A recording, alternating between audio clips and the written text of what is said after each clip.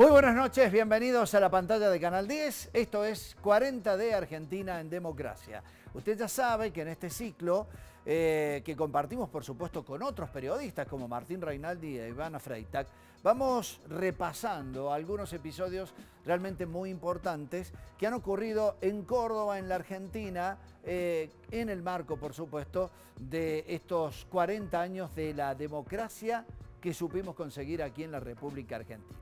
Para esta noche, un evento muy destacado que muchos cordobeses deben recordar todavía con mucha preocupación. En su momento fue muy angustiante observar prácticamente una crisis sin igual, sin parangón, que surgió aquí en la provincia de Córdoba, cuando quien era gobernador de la provincia, un hombre que había hecho una tarea muy destacada a nivel provincial, como fue nada más ni nada menos que volver a la vida democrática en la provincia de Córdoba. Estamos hablando del radical Eduardo César Angelós. Confesó que prácticamente no tenía los recursos para hacer frente al pago de salarios en la provincia y se vino, por supuesto, la noche para su gestión y para la provincia de Córdoba, que comenzó afrontando una durísima crisis. Con uno de los actores principales, un testigo de lujo de lo que fue ese momento tan crítico en la provincia, dialogamos esta noche en 40D Argentina en Democracia, el doctor Luis Molinari Romero. Presentamos el programa. Tenemos todos la enorme responsabilidad de asegurar hoy y para los tiempos la democracia y el respeto por la dignidad del hombre en la tierra argentina.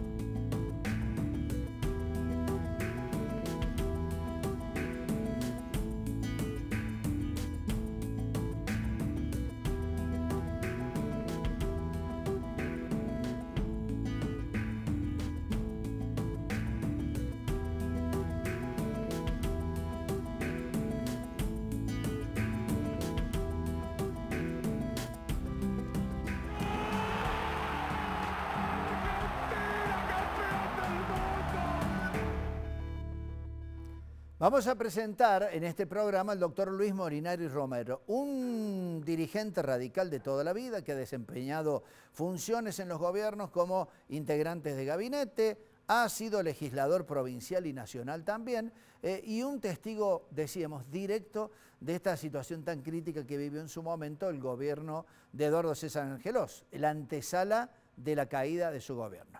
Doctor Molinari Romero, un placer tenerlo aquí en el estudio. Buenas noches, ¿cómo está? Buenas noches, ¿cómo está, Julio? Bueno, un placer, después de tanto tiempo. Así es, bastante. Bueno, ¿cómo recuerda usted el momento en que se produce este contexto de crisis y cuáles han sido las principales motivaciones de esta situación, de esta encerrona que sufrió el gobierno de Eduardo Angelós? En realidad se cumplió lo que Angelós en algún momento había caracterizado como un proceso normal que estaba gestándose. Digo normal cuando en realidad era absolutamente anormal que no tuviéramos financiamiento, pero lo que quiero significar es que el efecto caipiriña, que era la crisis que afectó al Brasil, sí, en una forma brutal, pero que contó con ayuda económica para poder salir de esa crisis, se dio en Córdoba antes que en la Nación. Estamos hablando del año 95, y cuando se produce la crisis en la Argentina de una magnitud similar es en el 2001. O sea que podemos ver una diferencia de tiempo en la cual el Estado provincial, que era un Estado proveedor de servicios, de gestión, etcétera, se queda sin financiamiento porque hay sectores privados que, jugando a la especulación, retiran su fondo de los bancos y se acaba en ese momento la fuente de financiamiento principal, que no era apoderarse del dinero de los bancos, sino que fluctuaba entre préstamos en la provincia y devoluciones posteriores, ¿no? Algo que se empezaba ya a ver como un efecto que surgía de la globalización a nivel mundial, ¿no? Un rebote de una crisis que aparecía en un determinado lugar y que terminaba impactando, como decían algunos, también en toda América Latina, ¿no? Sí, no fue la excepción Brasil, en México también hubo una crisis igual. El efecto tequila. El efecto tequila posteriormente en otros países del hemisferio, pero lo cierto es que en ese caso la crisis vino acompañada de una decisión política del gobierno nacional, específicamente del ministro de Economía Cavallo, de no prestar auxilio al gobierno de Angelos. Recordemos que en esto pudo haber una especulación muy grande. Angelos ya había peleado por la presidencia de la Nación. En el 89. Y era uno de los rivales que podía llegar a tener en el terreno o en la arena política de Carlos Saúl Menem, que estaba en esos momentos en la presidencia. Sí, y que iba a jugar su reelección. Es más, la figura de Angelos después de la elección del 89, pese a perder, se valoriza enormemente a nivel nacional. Yo fui testigo incluso al año del gobierno de Menem, de un pedido especial que formula los sectores empresariales del país, que en ese momento representaba a Carlos Bulgeroni. Cita una reunión en Angelos de la cual yo participo con el cardenal Primatesta y le pide a que Angelos que se haga cargo de la jefatura de gabinete del gobierno de Menem, que llevaba un año de gestión. Estas cosas normalmente no son conocidas por el Bueno, pero un dato muy interesante. Evidentemente es interesante, primero por la actitud de Primatesta, digamos, más allá de las observaciones que se puedan hacer, el saldo final de una actitud como esa era valiosa y Bulgeroni respondía a los intereses de los sectores empresariales. Angelos, como hombre de partido, en ese momento rechazó esa invitación o esa convocatoria, digamos. Pero bueno, estamos hablando del año 90 y cuando estamos hablando de la crisis que ustedes plantean esta noche relatar, estamos en el 95. A fines del 94 se empieza a producir la falta de fondos. Bien, le pido un minuto, un instante nada más a Luis Molinari Romero antes de seguir con un relato que parece realmente muy interesante con un hombre que conoce la historia desde adentro. Nosotros queremos contar la que conocemos nosotros y la que difundimos aquí en Canal 10 porque este es el relato de la época que contamos en el archivo de Crónica acerca de estos tumultuosos momentos y el contexto de crisis que se instalaba en Córdoba, en primer lugar antes que en el resto de la Argentina, por el efecto caipirinha. El efecto tequila había entrado en acción y a principios de enero el gobierno decía que el problema de no pagar los sueldos era del sector financiero del país que no movilizaba recursos. Y al no movilizarse es impredecible cuándo llegan los recursos a la provincia. El año empezaba así, con manifestaciones frente a Economía, mientras el ministro se disculpaba. Córdoba tiene problemas como tiene el resto del país. El malestar se incrementaba. Nadie tenía cronogramas precisos y el gobierno no encontraba respuestas. La sucesión de mentiras que han salido de este ministerio en los últimos 10 días hacían previsible una más. Jorge Caminotti seguía siendo el único que hablaba. Entre huevazos que adornaban las paredes del Ministerio de Economía, intentaba mostrarse optimista. Porque cuando estas cosas se paran en serio. Y después cuando se revierten con toda fuerza.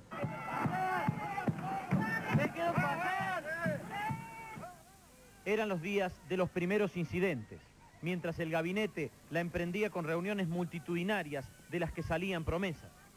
Totalmente factible que entre lunes y martes demos cumplimiento al pago de la totalidad del resto del personal. Los empleados públicos empezaban a agudizar el ingenio para protestar e instalaron carpas frente al Ministerio de Economía. Prólogo de nuevos encontronazos. Marzo devolvía la supuesta actividad plena y los incidentes recrudecían. Los sueldos cada vez se atrasaban más. Ahora el nuevo escenario eran las escuelas. Las clases no empezarían. El ánimo era ya bastante más alto que la temperatura ambiente. Los primeros vidrios cayeron bajo el rigor de las bombas de estruendo y los hospitales comenzaban a ser tomados por el personal. Las concentraciones crecían, también en el interior, y los nuevos cronogramas relegaban a los docentes. Las explicaciones sobre el efecto tequila ya no alcanzaban, y se estaba hablando de 1.000 millones de deuda del gobierno. En Córdoba se responsabilizaba a Cavallo, mientras las manifestaciones cada vez eran más y más rígidas. ¿Y por qué Domingo Cavallo era en este caso uno de los artífices de esta situación? Mucha gente decía, la provincia sigue cobrando impuestos, pero los impuestos no están para pagar los salarios. No alcanzaban. No alcanzaban el nivel de empleo público que tiene o tenía Córdoba, y ahora lógicamente ha aumentado. No era suficiente para poder financiar el tema de los sueldos. ¿Por qué Cavallo? En realidad Cavallo es un obsesivo del poder. Lo demostró en ese momento y lo demostró en el gobierno de la Rúa. En las dos situaciones, los dos tiempos en los cuales tuvo una participación, dejando de lado su participación en el gobierno militar, era un obsesivo del poder, y por lo tanto si alguien no aceptaba lo que él sostenía, automáticamente era colocado en una lista de innombrables o de personas a las cuales no se podía ayudar. Pero esto no era una persona, era Córdoba, que de paso era la provincia originaria de Cavallo. Hizo hasta que incluso logró poner trabas a la gestión de créditos internacionales, porque Angelos dijo, bueno, si no nos dan ayuda acá, salgamos a buscar ayuda en el campo internacional, a ver en los bancos que en ese momento, como ahora, tenían posibilidad de prestar, y también él, es decir, Cavallo, trabó aquellas gestiones. Eso fue el detonante final de esa gestión. Recuerdo que la Nación tenía que firmar una suerte de garantía o aval para la obtención de ese crédito que permitía pagar los salarios. Exacto, ¿no? Y no lo quiso hacer. Angelos, a su vez, era un testigo vívido de lo que sucedía socialmente. Él tenía mandato hasta diciembre. Cuando pasó esta oleada de manifestaciones, que, bueno, con infiltraciones o no, lo cierto es que había un clima de tensión social. Angelos nos llamó a 3 personas. El doctor Guillermo Becerra Ferrer, que era un constitucionalista aquí de Córdoba, el doctor Mestre, que era gobernador electo, y quien habla. Usted era vicegobernador electo. Exactamente, y en ese momento él nos planteó, el doctor Grosso era el vicegobernador en ejercicio, se comunicaba obviamente directamente con Angelos. En ese momento Angelos nos dijo, yo me voy, yo renuncio.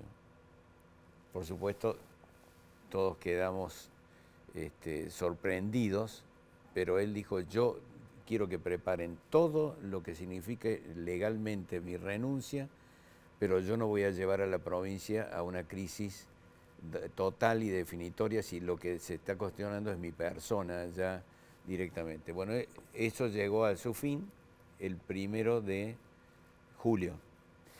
Después de esto, obviamente, había prácticamente resultado negativo todo tipo de negociación con los sindicalistas, que recién veíamos en el informe que recordábamos, prácticamente estaban reclamando el pago de salarios que ya tenía bastante retraso. Eran más de 2 meses, creo. Sí, por ahí dependían las secciones o las áreas. Yo ya no estaba en el gabinete provincial, pero obviamente tenía información. Yo creo que Angelos, además, en esto sigue un ejemplo que era la actitud de Raúl Alfonsín, cuando frente a Menem y frente a un clima de inestabilidad político y social, también produce su renuncia adelantada. Es decir, recordemos que que Alfonsín renuncia con mucha antelación a diciembre. Entregando el poder a Carlos Menem, exactamente, ¿no? Que era el presidente electo. Exactamente. Quiero que recordemos la reunión que mantuvieron con el sector sindical. Para ver el resultado, por supuesto, nos asomamos al archivo de Crónica 10. Por espacio de 1 hora y media estuvieron reunidos aquí en Casa de Gobierno el gobernador de la provincia, doctor Eduardo César Angelos, junto a miembros de su gabinete y los principales referentes y dirigentes sindicales de los gremios estatales. Está cierta la posibilidad del pago con bonos y solamente la ha relativizado en el sentido de decir que en la medida en que ingresen fondos, se va a utilizar menos el bono y más los fondos. Evidentemente vamos inmediatamente a evaluar para dar la respuesta. en el plano del Poder Ejecutivo y también a los legisladores, a quien el gobernador ha transferido la principal responsabilidad de la autoría y de la suerte de este proyecto. La provincia no está en condiciones de afrontar las deudas que tiene ni con los trabajadores ni con los proveedores, sino es solo con los recursos propios, por lo cual, sin lugar a dudas, que se está anunciando que esta crisis se va a mantener en el transcurso de varios meses más. Cuando se hablaba de bonos, era a partir de una ley de emergencia que llega a la legislatura para tratar de habilitar ese recurso de un papel moneda que no era el oficial del curso legal para poder salir de este atolladero, ¿no? Era el único instrumento que se veía al alcance de poder enfrentar esa situación. Cuando surgen los LECOR en Córdoba, en realidad es también otra vez el rostro anticipado del país, porque posteriormente y en forma casi inmediata surgen los Patagones en Buenos Aires, y cada provincia que tenía problemas de financiamiento lo fue instrumentando. Eso, de alguna manera, con toda la tensión previa, significó aflojar ese enfrentamiento entre el gobierno y los sectores sindicales. ¿Por qué? Porque el propio Angelós fue mostrando de alguna manera su actitud de renunciamiento, sin hacerla pública nunca, salvo el día en que nos llamó, y específicamente me llamó a mí. Él estaba esperando una gestión que hicieron el ingeniero Felipe Rodríguez, que era el ministro coordinador, y Jorge Jaimovich, que era fiscal de Estado en Estados Unidos, que después de una serie de reuniones nos comunican que se había caído la posibilidad de la negociación. Tenía que ver aquello de Cavallo de no avalar, etc. Y en ese momento Angelós toma la decisión y nos convoca esa misma noche. Para mí es muy anecdótico, pero bueno, esa misma noche nos convoca a los que habíamos participado de esa reunión donde él había definido su renuncia. Nos dice, bueno, ahora sí, ahora me voy. Una consulta. Veíamos recién al sector gremial reunido con el gabinete. No sé si usted estuvo presente en la reunión. No, yo no era parte del gabinete. Y cuando Angelós empieza a tomar estas decisiones, le voy a pedir, Luis, que me lo responda en el próximo bloque, pero cuando empieza a dar esta posibilidad de una ley de emergencia y el pago con bonos, a partir de esas señales que marcan que Angelós estaba dispuesto a apartarse del poder, ¿el sector gremial exige un poco más? Digo, ¿o tranquiliza su pedido sabiendo que Angelós va a renunciar? Quiero que me lo respondan en el próximo bloque, ¿sí?